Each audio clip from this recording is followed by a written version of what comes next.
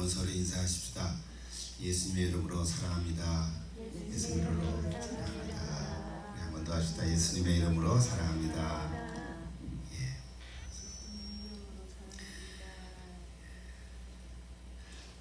하나님은 사랑이십니다. 예. 하나님은 사랑이신데 오늘 우리도 사랑해 주십니다.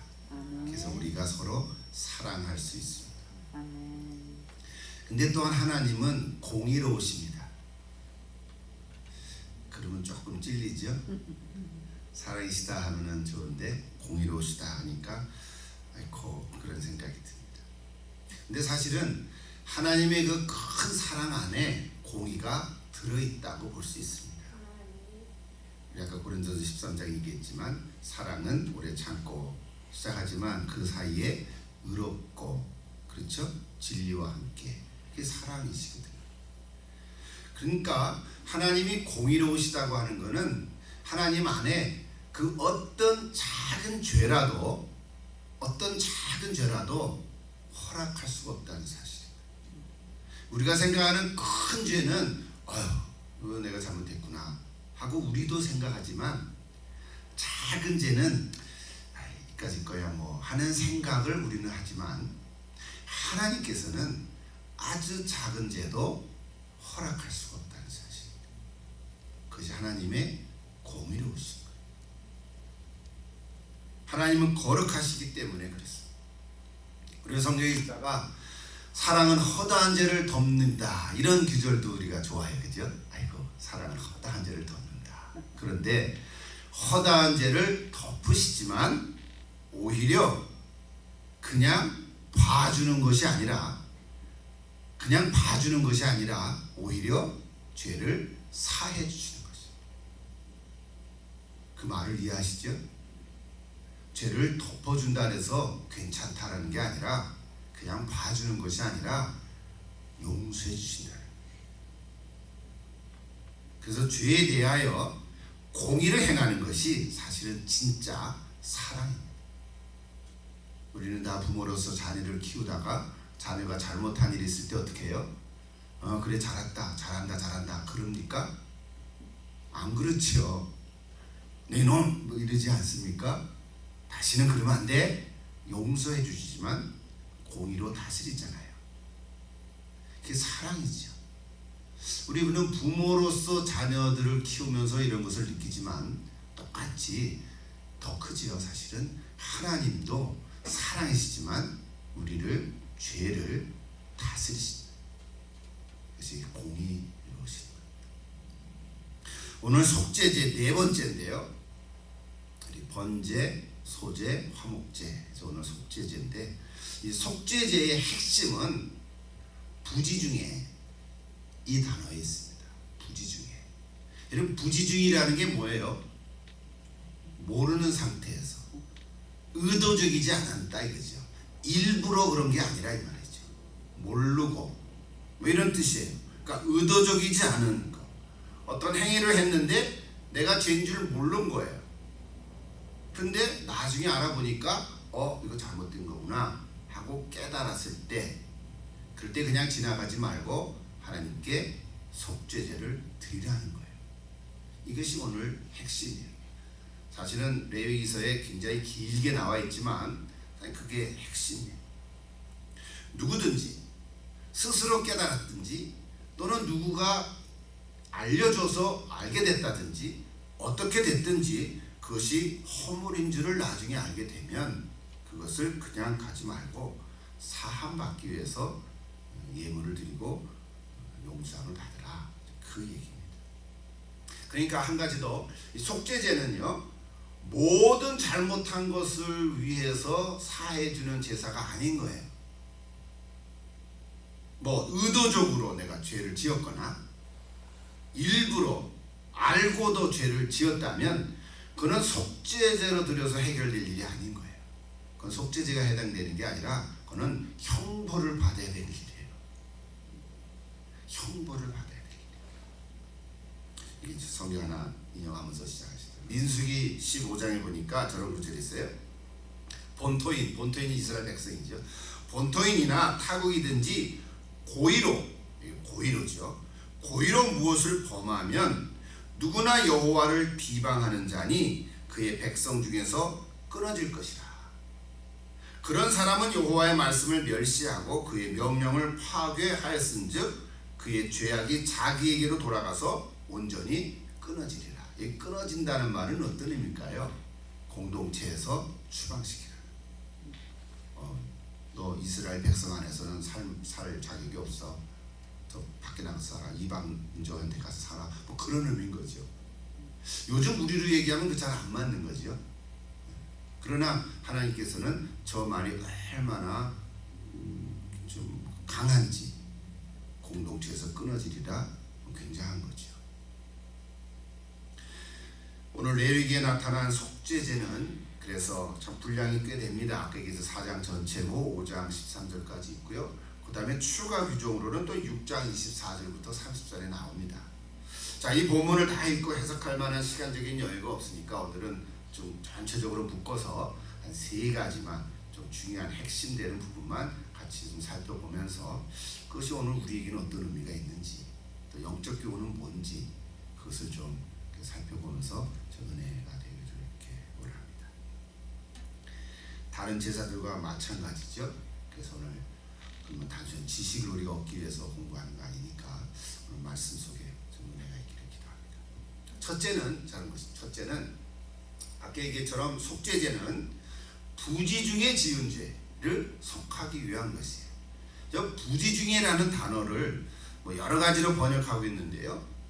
뭐 영어 번역을 보면 NSAB, 그러니까 New American Standard 버전인데요. 에러라고 써있더라. 에러. 실수한 거예요. 에러. 또 through ignorance, 그러니까 이거는 무지 중에 몰라서 지은 죄. 또 우리가 요즘 잘 보는 뉴 인터내셔널 버전인 경우에는 unintentionally, 그죠? 의도하지 않은 상태죠. 일부러 한 게 아니에요. 그다음 우리 한국 번역으로는 새 번역에도 실수로, 현대인의 번역에는 무의식 중에, 무의식 가운데 늘 해왔던 거죠. 그러니까 늘 해왔는데 안 걸린 거예요. 뭐 우리가 운전을 하다 보면 저도 가끔 그럴 때가 종종 있습니다. 스피드업 하잖아요. 무의식 중이죠. 근데 정신 차리면 안 그렇죠.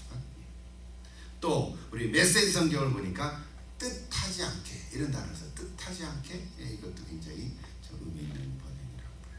자, 어떻게 번역이 됐든지 간에 오늘 개역 성경에는 부지 중에, 우리 충분히 이해할 수 있죠. 부지 중에 라고 하는 뜻을 우리 이해할 수 있습니다. 근데 보편적으로 우리 사회생활 하다 보면은 많은 사람들은 어떻게 생각합니까? 누군가가 잘못을 했는데 이런 경우는 좀 괜찮다, 이런 생각을 많이 한단 말이에요. 몰랐다는데, 몰랐대잖아, 그렇게 봐주는 거예요. 그죠? 몰랐다는데. 또는 의도적이지 않은 건데, 일부러 그렇지 않은 거라 이 말이지. 또는 실수였다는데 봐줘야지, 이런 생각 많이 하잖아요. 그렇잖아요. 또는 무의식적으로 뜻하지 않았는데 뭐 그런 걸 가지고 뭐 그렇게 대단하게 얘기하냐, 뭐 이런 식으로 우리는 얘기할 때가 참 많이 있습니다. 근데 오늘 성경은 특히 하나님께서는 앞서 얘기했지만 작은 거라도 거룩하신 하나님 앞에서는 그냥 허락할 수가 없다는 거예요. 그래서 오늘 성경에는 이스라엘 백성들이 이런 경우에는 하나님의 백성 그 공동체를 정결하게 하기 위해서 속죄제를 드리라, 이렇게 말씀하고, 그것이 오늘 4번째 제사인 것입니다. 속죄제를 드리는 조건은 한 가지라는 것은 처음에 몰랐지만 나중에 알았다면, 그렇죠. 처음에 모르는데 계속 쭉 몰랐어. 그러면 속죄제가 허용이 안 되잖아요. 이게 워킹이 안 되잖아요. 그러니까 처음에는 모르고 지냈는데 나중에 알게 됐어. 그러면 속죄제를 드리라. 의도적이진 않았지만 나중에 누군가가 그것을 알려주고 너가 무의식적으로 한 행동 때문에 다른 사람의 마음에 상처가 됐거나 그걸로 힘들어졌다면, 근데 누군가가 알려줬어. 자기는 몰랐는데. 그럴 때 어떻게 돼? 내가 의도적이지 않았는데 그랬다면 미안합니다, 이렇게 용서를 구하고 하나님 앞에는 속죄제를 드리라는 거예요. 실수였지만 나중에 상황을 알게 돼도 그렇고 뜻하지 않았지만 나중에 깨달았다는 걸 인정하고 속죄를 드리라는 거예요. 일일이 다 얘기를 드리면 한이 없겠죠.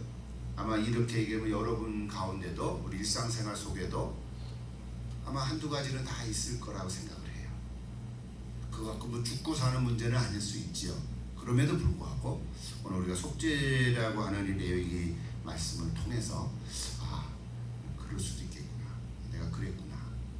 과거에 내가 이런 적이 있었는데 아마 이런 경험들이 다 한두 가지씩은 있을 거예요.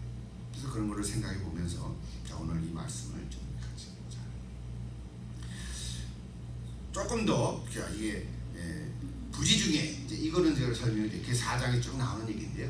5장에 넘어가서는 특별한 경험 몇 가지를 또 소개하고 있어요. 아까 읽었습니다만 제가 좀 소개를 한 번 더 합니다. 1절, 2절, 3절 이렇게 나오죠. 1절에 보면 뭐가 나옵니까?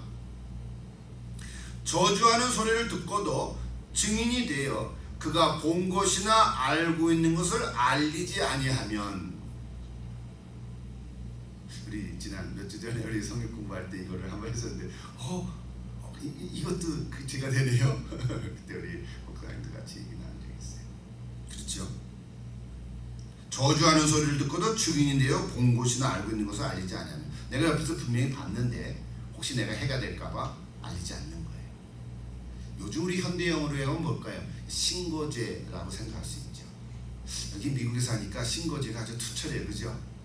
우리 옆집에서 어떤 아빠가 막 아내를 막 이렇게 구타한다든지 또는 아이를 잘 다스리지 못해가지고 막 이렇게 폭력을 행한다. 그러면 어떻게 돼요? 그 옆집에서 신고하죠. 112에 신고를 하는 거예요. 자기 일도 아닌데 근데 그 신고한다는 자체가 그들이 내리기를 알아서 신고하는 건 아니겠지만 양심 또는 저러면 안 되는데 하는 보편적인 사회적인 그런 마음 것으로 신고하는 거죠. 근데 오늘 하나님께서 이미 정말 3,500년 전에 이스라엘 백성들 공동체 생활하는 가운데 가정마다 여러분 이스라엘 백성이라고 다 하나님 섬기는 사람들이라고 생각해서 다 귀하고 고귀하고 그런 사람들만이 아니잖아요. 얼마나 악도 많고 죄도 많이 짓고 그렇잖아요. 그렇죠? 이 구약의 율법들을 보면은 얼마나 세세하게 요즘 우리 법 이상으로 하나님께서 알려주신 거잖아요. 그러니까 이럴 때도 그냥 가는 게 아니라 자기의 죄를 져야 할 것이요 허물이 그에게로 돌아갈 것이다. 또 5장 2절에 보면 이런 경우도 있어요. 뭡니까? 부지 중에 부정한 짐승들의 사체를 만졌다면, 부정한 짐승들 즉 가축이든 뭐 곤충이든 그 몸이 더러워져서 허물이 있으면 부지중이라 할지라도 그랬어요. 그죠? 요즘은 어떻습니까? 그냥 지나가다가 막 이거 뭐 고양이가 쓰러져 있거나 차에 치여서 강아지가 죽었거나 그러면 어떻게 해요? 그냥 많이 지나가지만 또 어떤 사람은 세워놓고 이렇게 한쪽으로 치워둔다든지 그럴 수도 있죠. 물론 장갑을 끼고 할 수도 있지만 어쨌든 옛날에 그 레위기에 의하면 그렇게 죽은 사체를 만지면 어떻게 돼요? 허물이 돼. 죄를 더게. 왜? 부정하니까. 좀 이해가 될 듯하기도 하고 안 될 듯하기도 하죠. 오늘 우리 시대의 생각을 하면. 그러나 그 시대에 광야 생활하고 이제 가나안으로 가서 생활을 해 살아가야 하는 이스라엘 백성들에게 하나님께서는 저런 경우도 정말 아주 디테일하게 세밀하게 하나님이 주셨다고 사실 참 놀라운 거죠. 그것도 부지 중에 맞았다. 부지 중에 억지로 만진, 일부러 만진 게 아니고 또 지나가다가 또 건드려서 만져졌어요. 어떡하지? 손으로 씻고 비누로 씻고 그래야 됨에도 불구하고 저런 경우도 주셨어요. 보세요. 재미있죠? 요즘으로 보면 우리 코로나 시대를 한 2년 지냈으니까 좀 착각할 수도 있죠. 그리고 아직도 마스크 끼기도 하고 그죠? 손에 소독제도 바르기도 하고 뭐 그러는데 이 전염병 같은 예를 들 수도 있죠. 소독하고 다른 사람하고 이렇게 촥 만났는데 어떡하지? 하는 생각으로 또 격리하기도 하고 그렇지 않습니까? 뭐 그런 거 비슷하다고 볼 수도 있어요. 몇 주간 걸릴 수도 있죠. 자, 또 하나 보십시다. 5장 3절에 만일 부지 중에 또 그렇죠? 어떤 사람의 뭐예요? 부정에 닿았는데 그 사람의 부정이 어떠한 부정이었든지 그것을 깨달았을 때에는 허물이 있는 것이요. 몰랐어. 처음에는 몰랐는데 저 사람이 아주 독감에 걸려있어. 코로나에 감염된 사람이었어. 그럼 어떻게? 처음에 몰랐는데 나중에 알고 보니까 그거 어떻게 돼요? 격리해야 되잖아. 똑같아. 우리 현대인도 그런 의미라고 볼 수 있어요. 마지막 5장 4절 한번 보시죠. 자, 만일 누구든지 입술로 맹세하고, 잘 보세요. 입술로 맹세하여 악한 일이든지 선한 일이든지 하리라 하고 함부로 말하면 그 사람이 함부로 말하여 맹세한 것이 무엇이든지 그가 깨닫지 못하다가 그것을 깨닫게 되었을 때에는 그 중 하나에 그에게 허물이 있을 것이니. 이게 무슨 말일까요? 그래서 우리 메시지 성경을 한번 봤어요. 저렇게 되어 있더라고요. 너희가 선한 일이든 악한 일이든 무엇을 하겠다고 충동적으로 맹세하거나 경솔히 다짐했으면 그것을 깨닫지 못하다가 나중에 깨닫더라도 어느 경우에나 죄가 된다. 그런 경우 있습니까? 요즘 우리 일어나는 일들 가운데 정말 우크라이나를 침공한 러시아 대통령, 그죠? 한 달이 이제 지났잖아요. 근데 뉴스 보니까 러시아 군대가 이제는 밀리는 거야. 군인 정신이 약해. 무기도 옛날 거라서 그 많은 탱크들이 다 그냥 진짜 기능을 못할 정도로. 오히려 우크라이나는 또 새로운 무기들을 지원받으니까 그걸로 막 쏘니까 탱크가 그냥 폭발하고. 그 안에 있는 군인들이, 러시아 군인들이 항복하고 나와. 그런 거 봤습니까? 아마 곧 이렇게 잘 마무리되지 않겠나 이런 생각을 하는데 계속 기도해야 돼요. 오판하지 않도록. 푸틴 대통령 그 사람이 뭐 옳고 그런 걸 떠나서 오늘 여기 성경에 연결해본 말이죠. 선한 일이든 악한 일이든 내가 무엇을 하겠다가 충동적으로 맹세하거나 경솔히 다짐했어. 이게 문제가 있을 수도 있죠. 하나님께서, 자, 이거는 큰 역사적인 이야기지만 개인적으로도 그럴 수 있다 이 말이죠. 개인적으로 우리가 말 조심해야 되죠. 너 정말 이러면은 내 손에 장을 지진다. 뭐 이런 말을 우리 흔히 그냥 뭐 농담상 비슷하게 이제 들어서 하는 말처럼 하는데 그렇게 맹세하는 말을 하면 조심해야 되는 거죠. 그렇죠? 조심. 오늘 여기 말씀 경솔하게 충동적으로 말하지 않도록. 자, 이런 얘기들이 5장에 쭉 나와요. 속죄제는요, 향기로운 냄새가 나는 그런 드리는 제사가 아닌 거예요. 번제나 소제나 화목제 같은 향기로운 냄새가 나는 제사가 아니에요. 속죄제는요, 그래서 진 밖에, 그 진 밖에 죄를 버리는 곳에, 그거는 완전 이제 쓰레기 버리는 곳에 태우는 거예요. 다른 제사들은 하나님을 만족하고 기쁘게 해드리는 제사이지만 이 속죄제는 내 죄를 진 밖에 내다 버린다라고 하는 의미처럼 내 죄를 다 멸절시킨다. 없앤다. 그래서 속죄제의 중요한 교훈은 뭐냐면요, 아까 얘기했지만 아무리 작은 죄라도 하나님께서는 허락하지 않는다는 것을 보여주시는 것입니다. 자, 이 말씀 다 잊어보고도 오늘 우리에게 생각하면, 내가 한번 이렇게 생각해보면 내 안에 그러고 있을 수 있잖아요. 별거 아니라고 생각하는 것도 그냥 지나칠 때가 참 많이 있습니다. 그런 거를 우리가 점검하고 깨닫고, 이러지 말아야지, 다시 나를 온전케 하는 거죠. 그것이 첫 번째 교훈. 두 번째 가봅시다. 두 번째는 오늘 성경에 많이 나오는데요. 자, 이 속죄제로 드리는 예물들이 종류에 따라서 달라요. 근데 그 신분에 따라서 다르는데 뭐 복잡한 것 같지만 그냥 이렇게 보세요. 제사장인 경우는 뭘 드렸나요? 흠없는 수송아지. 또 회중 전체도 흠없는 수송아지. 왜 이렇게 제사장은 한 사람이지만 회중 전체에 영향을 끼칠 수 있잖아요. 그리고 회중 전체가 죄를 드렸을 때 어떤 한 지파가 전체 죄를 지었다.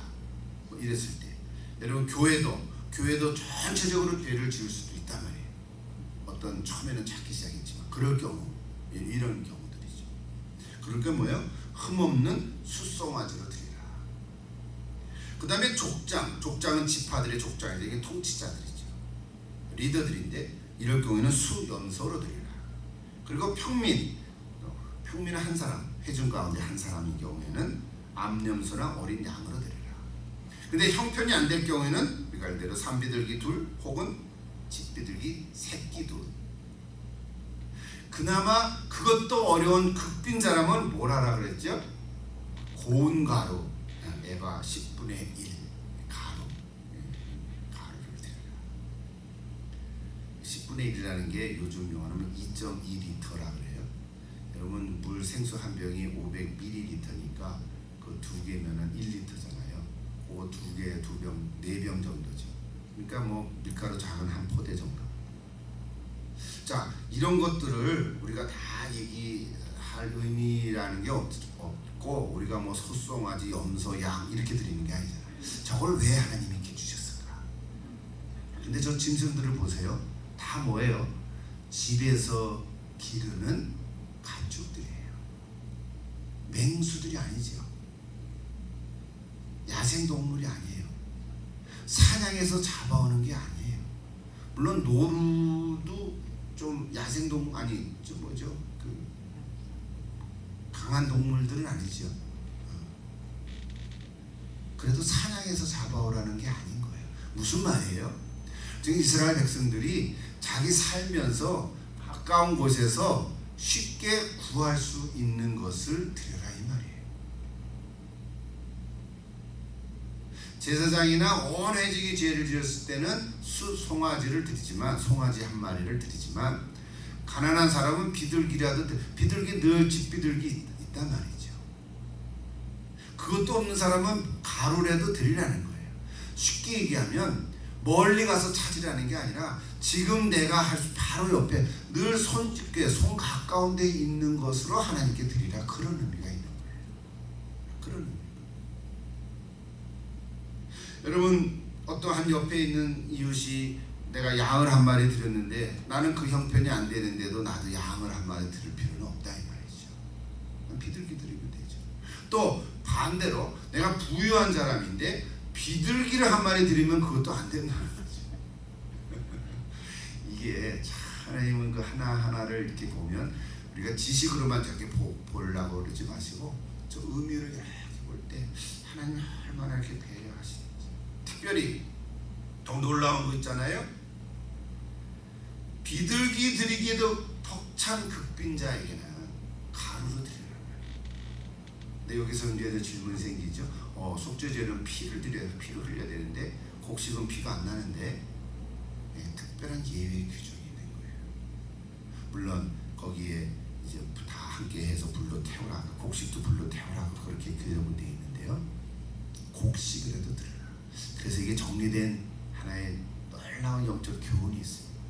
이게 뭐냐면요, 피를 흘리지 않아도 죄를 용서해 주신다는 의미가 아니라 반대로 피의 제사가 아주 중요하지만 우리를 용서해 주시는 것은 피 자체에 있는 것이 아니라 하나님의 은혜에 있다는 사실입니다.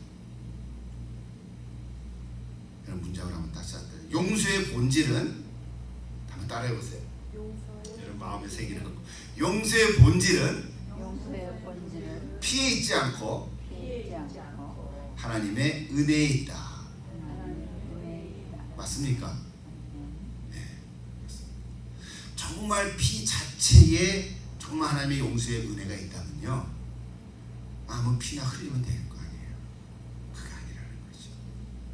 우리는 신약 시대에 와서 예수님이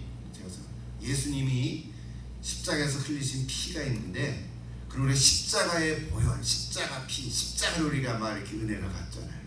그러면 아무나 십자가에서 흘린 피는 다 괜찮나요? 십자가에서 달려 죽은 사람이 몇천 명이 될 텐데, 그지요? 예수님 당시 때만 해도 1000명이 됐다 그래요. 십자가에서 죽은 범죄자들이. 그러면 그들이 흘린 십자가에서 흘린 피는 피잖아요. 그럼 십자가의 피가 괜찮은가요? 우리는 그렇게 말할 수가 없는 거죠. 누구의 피여야 돼요? 예, 하나님의 아들, 이 땅에 오신, 사람으로 오신 예수 그리스도께서 흘리신 그 십자가의 피이어야 된다 이 말이에요. 그런 의미인 거잖아요, 그죠?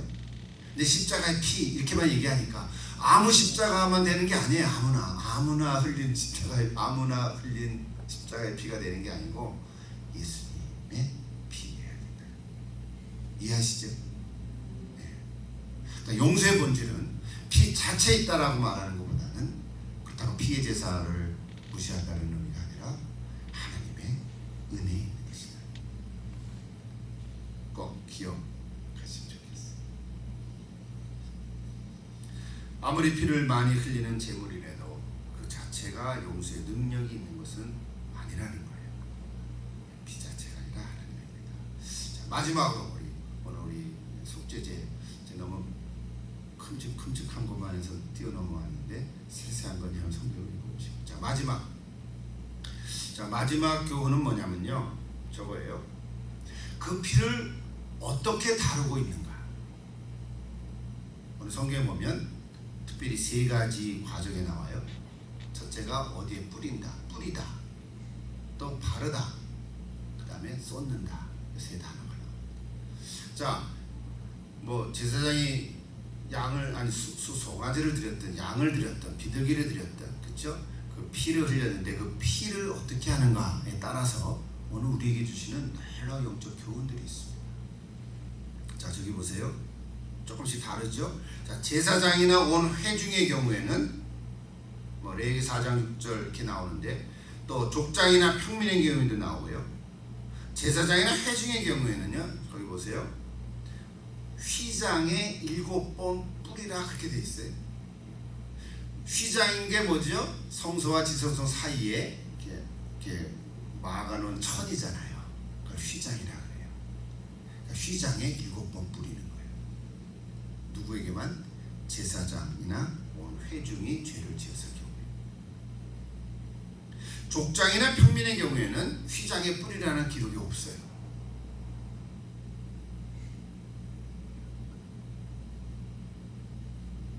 또 제사장이나 회장의 경우에는 회막 안 향단 뿔에 피를 바르라 그랬어요.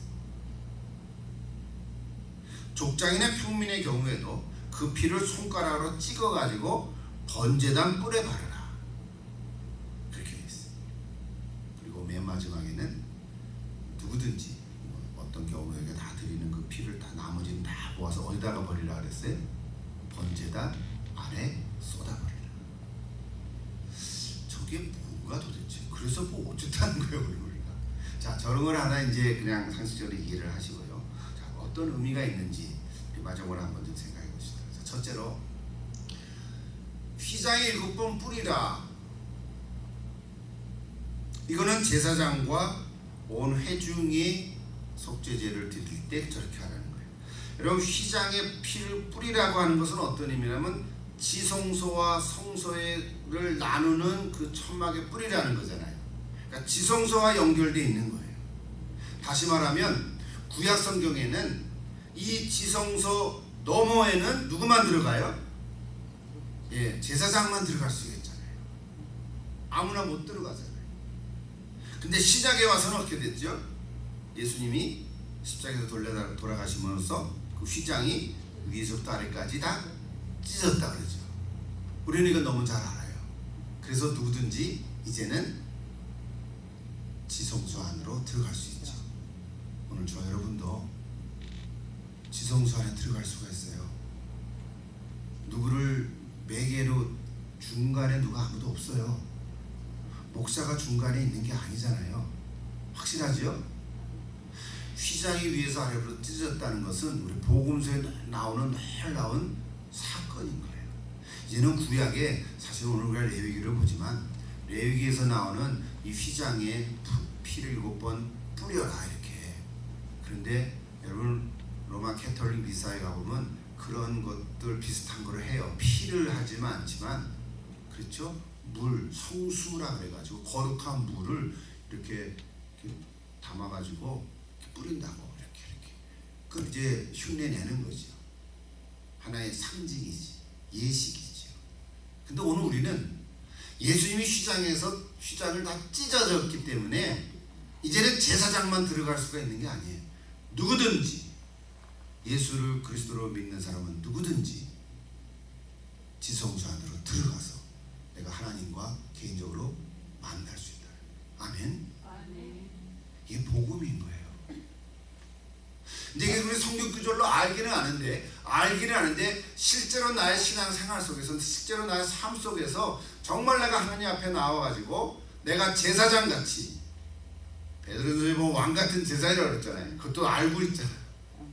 제사장같이 내가 정말 제사장같이 하나님 앞에 직접 나와가지고 내가 혹 죄를 지었다 하더라도 하나님 앞에 직접 가가지고 하나님, 내가 이러이러한 죄를 졌습니다. 나를 용서해 주시옵소서. 예수님이 십자가에서 흘리신 피로 내 죄를 용서해 주시옵소서, 깨끗하게 해 주시옵소서라고 기도할 수 있다는 거예요. 그러면 하나님께서 깨끗이 씻겨 주시고 용서해 주신다는 거예요. 이것을 믿는 것입니다. 이것을 믿는 것입니다. 우리는 고해성사를 할 필요가 없습니다. 사람 앞에 가가지고 내가 이런 죄를 지었는데 용서해 주세요. 아무개 예수님의 이름으로 사죄하노라, 이런 말을 들을 필요는 없어요. 그런 말을 들으면 좀 마음의 위로가 되기는 할 거예요. 그죠? 그럴 수는 있어요. 그러나 성경은 그렇게 말하지 않습니다. 오늘 여기 첫 번째, 그러니까 휘장에 7번 뿌린다라고 하는 그 의미가, 레위기 또 하기 재미 하나도 없네. 뿌려, 뭐 피를 뿌려.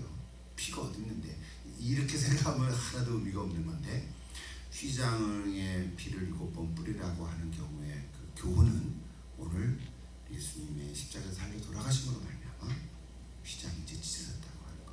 누구든지 하나님 앞에 나갈 수 있다고 하는 것. 제가 성경 구절 안에 인용하고 두 번째로 갈게요. 히브리서 9장을 보세요. 같이 한번 읽을까요? 히브리서. 오늘 제가 히브리서를 좀 몇 가지 인용하려는데 같이 한번 읽어보십시다. 그리스도께서는 장래 좋은 일에 대제사장으로 오사 손으로 짓지 아니한 것 곧 이 창조에 속하지 아니한 더 크고 온전한 장막으로 말미암아 염소와 송아지의 피로 하지 아니하고 오직 자기의 피로 영원한 속죄를 이루사 단번에 성소에 들어가셨느니라. 아멘. 그리스도의 피가 우리를 지성소 안으로 들어올 수 있는 문을 열어주셨습니다. 자격을 주셨습니다. 이것이 복음입니다.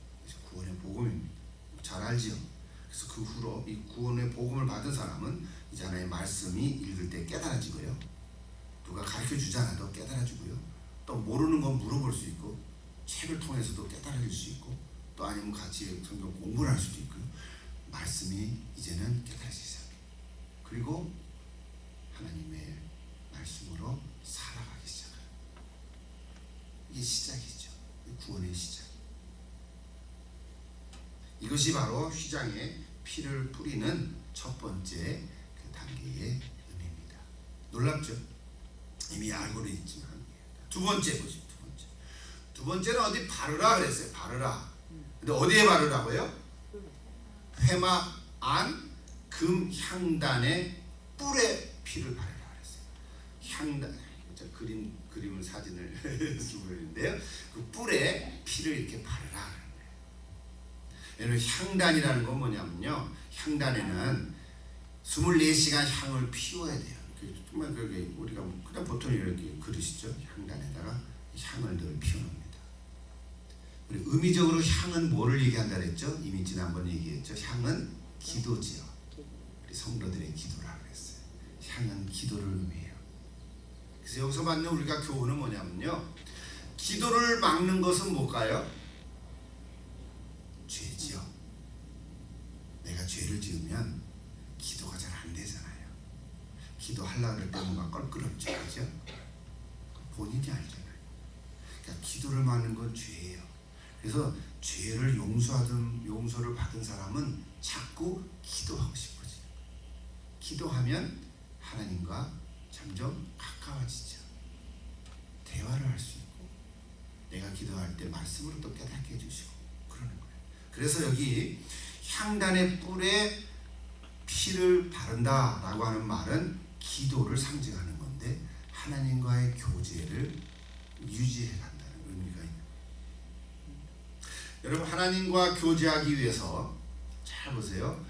내가 하나님과 교제하고 싶다. 그래서 어떤 사람이 자신 스스로 마음을 깨끗하게 해요. 착하게 하고 선하게 살아가려고 해요. 그럼 하나님과 교제를 할 수 있을까요? 없을까요? 성경은 그렇게 해서 된다고 말하진 않아요. 너가 선하게 하고 착하게 사는 것은 좋은 일이지만 하나님과 기도를 통해서 교제하는 것은 마음을 착하게 막는다 그래서 되는 게 아니다. 그건 네가 착한 거지. 하나님과 교제하는 것은 기도라고 하는 것은 여기 오는 뭐예요? 속죄의 은총으로만 가능하다. 여기 피를 바르는 의미예요. 자, 여기 또 히브리서 한번 보시죠. 히브리서 4장 보십시다. 그럼 같이 읽읍시다.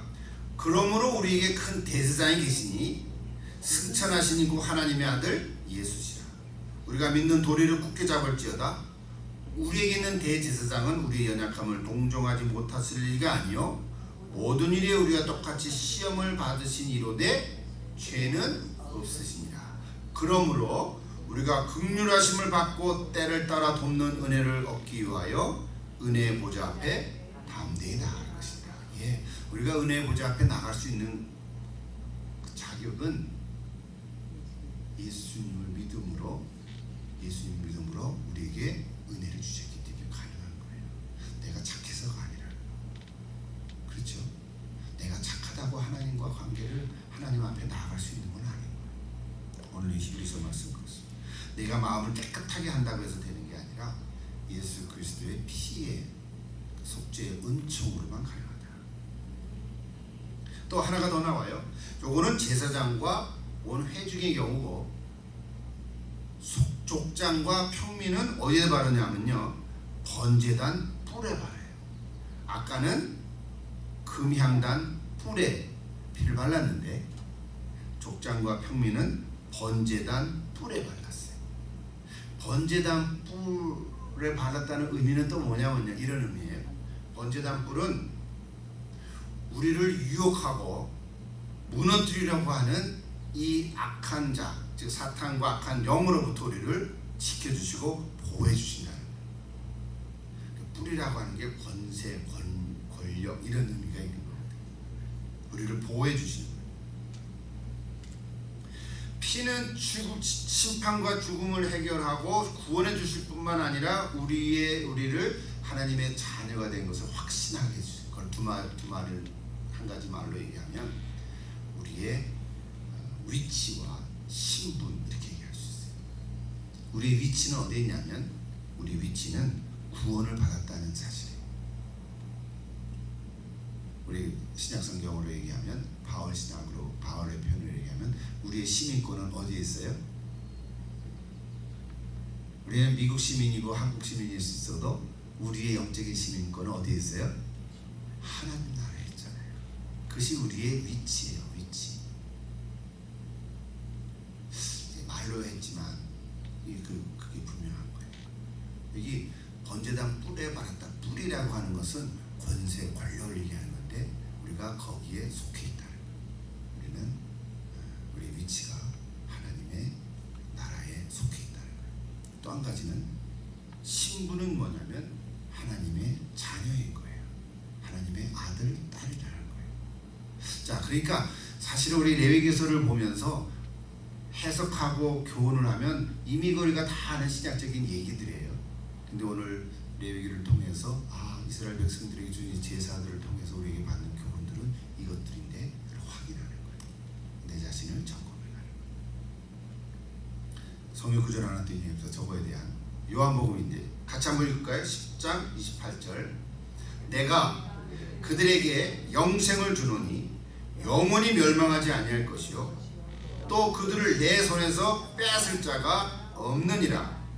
그들을 주신 내 아버지는 만물보다 크심에 아무도 아버지 손에서 빼앗을 수 없느니라. 아멘. 확실합니까?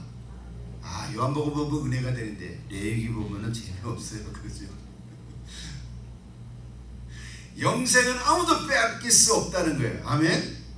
여러분 예수 믿고 구원받고 하나님의 자녀가 된 것은 누가 뭐라 그래도 살다가 힘들고 어려운 일이 있을 수 있어도 내가 하나님의 자녀가 된 신분은 없어지지 않는다는 거예요. 하나님 내게 주신 영원한 생명 영생의 이 복은 빼앗기지 않는다는 거예요. 아멘. 아멘. 아무리 강한 사탄과 악인이 나를 죽인다 할지라도 순교의 역사를 보면 순교의 자리에 들어간다 할지라도 내 목숨은 끊을지 몰라도 내 영생의 영원한 이 생명은 가져갈 수 없다는 거예요. 확실합니까? 됐어요. 거기까지. 또 세 번째 보죠. 마지막이네. 자, 첫 번째는 뿌리고 휘장에 뿌리고 회막 문 안에 금양단 뿔에 바르고 번제단에 바르고 그 다음에 뭐예요? 이제 쏟는다라고 해요. 쏟는다. 남은 피는 다 쏟아요. 어디다 쏟아요? 번제단 밑에다 쏟는다. 자, 이것도 뭐 여러 가지 해석이 있지만 결론이 이런 거예요. 뭐냐? 우리로 얘기하면 십자가 밑에 나아가 나의 모든 짐을 다 내려놓는다. 다 내려놓는 거예요. 번제단 밑에 다 피를 다 내려놓는 거예요. 내가 드린 피를 다 쏟아버려요. 이제 쏟아버려서 이제 태우가 없어지는 거죠. 여러분 내가 살면서 힘들고 어려운 일들 크고 작은 일들이 있겠죠. 그 짐들이 무엇이든지 오늘 우리 예수님의 십자가 아래 다 내려놓은 것이 내려놓으십시오. 그리하면 참된 자유와 평안과 기쁨을 경험할 수 있다. 우리는 아직 내려놓지 못한 부분이 뭐가 있을 수 있죠? 한두 가지. 이거는 내가 내려놓을 수가 없어야지. 근데 그것까지도 내려놓으면 정말 자유함이 있을 거예요. 근데 그거 못 내려놓으니까 그냥 붙들고 있기 때문에 그거 어떻게라도 내가 하려고 애를 쓰니까 나는 그 귀에 보시긴 하지만 결국에는 다 내려놔야 돼. 언제 다 내려놓게 될까요? 죽을 때는 내 의지가 아니죠. 어쩔 수 없잖아요. 어쩔 수 없이 다 내려놓을 수밖에 없잖아요. 내가 갖고 있는 돈, 집, 사랑하는 아내, 남편, 자식, 건강 아무것도 내가 붙들 수가 없잖아요.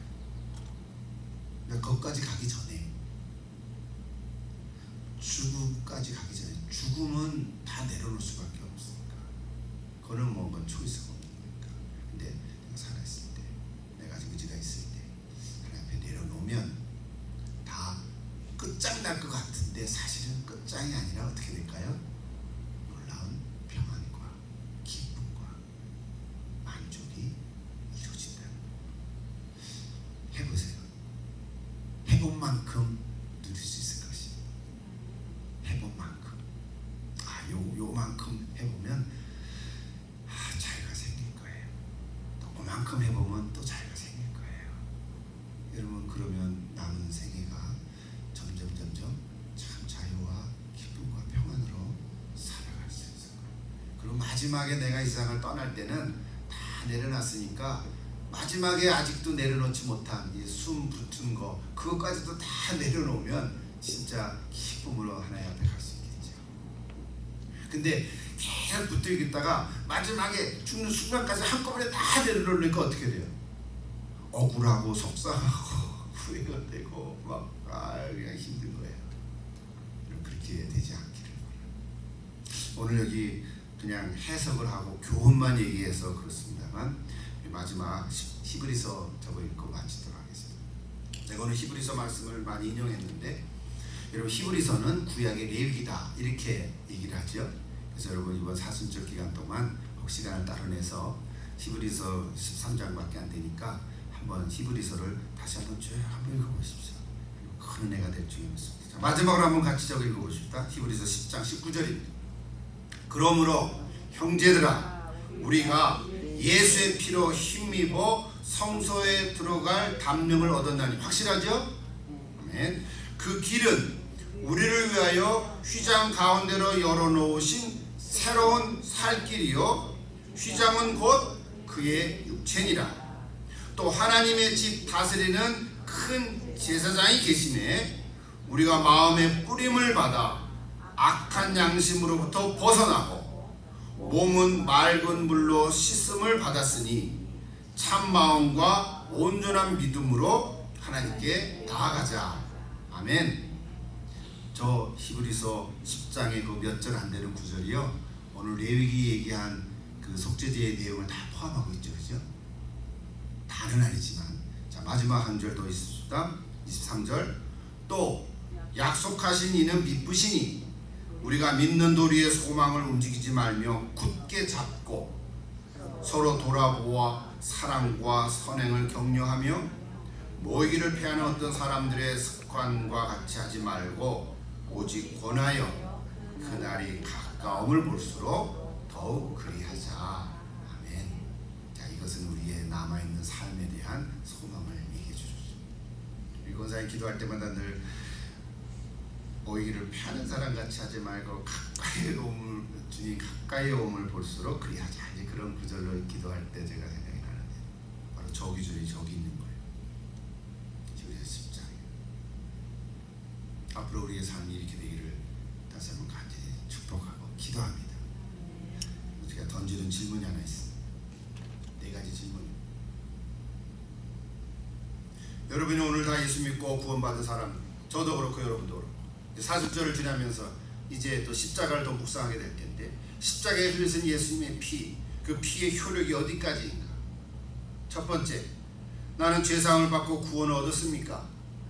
잘하신 것이 하나님의 은혜로 축복받은 것이 구원받았습니다. 이게 복음의 시작이죠. 근데 여기서 머물러 있는 사람이 있을 수도 있어요. 두 번째는 뭡니까? 나의 신분이 하나님의 자녀이 된 것을 확실하고 있는가? 확실한가? 내가 좀 하나님의 자녀인가? 아니 모르겠어요. 그런 분이 아직도 계시다. 확인하겠습니다. 나의 정체성을 분명하게 이루어가는 것입니다. 세 번째, 구원을 받았지만 기도하는 삶으로 살아가고 있는가? 기도란 거 하나님 다 주세요 주세요 이거 해결해 주세요 라고 하는 것만 그것도 기도죠. 간구의 기도지만 정말 더 깊이 있게 주님과 교제하는 뭐 응답이 되든 안 되든 이루어지든 안 하든 그거는 둘째고 정말 주님과 사랑의 고백을 나누는 그런 기도의 교제를 하고 있는가? 이 세 번째 질문이에요. 내 신앙을 상태를 점검해 보는 거죠. 마지막 네 번째는 그 살면서 힘들고 어려운 문제가 있을 때 그 문제들을 다 십자가 아래 내려놓고 있는가? 아직 내가 지고 있는가? 여러분 다 내려놓으실 때 참 자유와 기쁨과 평안을 맛볼 수 있는 줄로 믿습니다. 그래서 4가지 질문을 던졌는데 여러분 어디에 속해 있습니까? 뭐 4가지 다 있다 하더라도 또 돌아가고 또 돌아가고 어떤 경우에는 내가 아직도 2번에 살 수도 있고 어떤 날에는 또 3번까지 못 갈 수도 있고 아니면 4번까지 다 할 수도 있고 여러분 어떤 형편에 있든지 오늘 레위기 4번째 속죄제를 통해서 우리에게 주시는 교훈 질문을 던집니다.